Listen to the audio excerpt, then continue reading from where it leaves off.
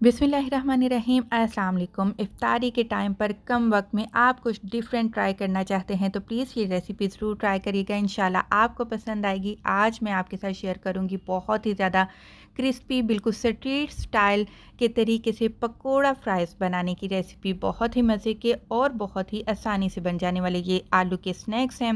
तो आप इस रेसिपी को फॉलो करिए और मुझे फ़ीडबैक आपने लाज़मी देना है। देखिए, मैंने यहाँ पर 1 किलो आलू ले लिए हैं।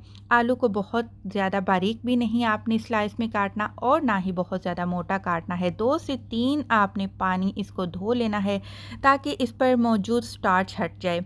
अगर आपने देर से इसको फ्राई करना है तो पानी में भिगो कर रखिएगा, वरना ये पड़े-पड़े काले पड़ जाएंगे। पकाने से पहले, फ्राई करने से पहले 15 मिनट आपने इसको टोकरी में रखना है ताकि इसके अंदर जो मौजूद पानी है वो सारा खुश्क हो जाए। अच्छा जी, मसाले लगाने से पहले एक बड़े से बर्तन में हम इसको डाल लेते हैं ताकि मसाले लगाने में, मिक्सिंग में आसानी हो सके। पकोड़ा फ्राइज़ बनाने के लिए 2 मीडियम साइज़ के मैंने स्लाइस किए हुए लच्छेदार प्याज भी डाल लिए हैं, जो कि हमारे पकोड़ा फ्राइज़ के साथ बहुत ही अच्छा फ्लेवर देते हैं। 1.5 टेबल स्पून आपने 1 किलो आलू में चिली फ्लेक्स यानी कि कुटी लाल मिर्च का इस्तेमाल करना है। नमक यहाँ पर 1 टेबल स्पून भर कर हम इस्तेमाल करेंगे। इसके बाद इसको हल्का सा कलर देने के लिए आधा कप के करीब बारीक कटा हुआ हरा धनिया इसमें शामिल कर दिया है। अच्छा जी, इसको एक चटपटा सा टेस्ट देंगे, वो देंगे हरी मिर्च और अदरक से। इससे इनका फ्राइज़ का जो फ्लेवर है वो बहुत ही डिफरेंट और मज़े का आता है। मैंने 7 से 8 हरी मिर्चें लीं, 2 इंच का टुकड़ा अदरक का लिया, पेस्ट बनाया वो डाल दिया। साबुत धनिया क्रश किया हुआ 1 टेबल स्पून आपने इसमें शामिल कर देना है। अच्छा जी, अब बाइंडिंग के लिए 2 चीज़ें इस्तेमाल होंगी, एक तो कॉर्नफ्लावर और दूसरा हम बेसन का इस्तेमाल करेंगे। जो कॉर्नफ्लावर है वो फ्राइज़ को क्रिस्पी करेगा।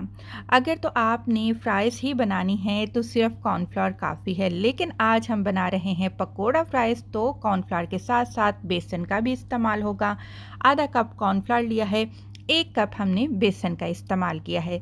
अच्छा, पानी डाले बगैर सारी चीज़ों को आपने मिक्स करना है, क्योंकि आलू और प्याज के अंदर कुदरती तौर पर पानी मौजूद होता है और जब हम नमक डाल देते हैं ना कच्ची सब्ज़ी में, तो सब्ज़ी अपना पानी तेज़ी से छोड़ना शुरू कर देती है। तो बस इन्हीं सारे मसालों के साथ आपने पहले बेसन को मिक्स करना है, फिर अगर ज़रूरत महसूस हो तो थोड़ा सा पानी का छींटा लगाकर मिक्स कर लीजिएगा। गरम गरम तेल, लेकिन मीडियम टू लो फ्लेम पर, ज़्यादा हाई फ्लेम पर फ्राई नहीं करना।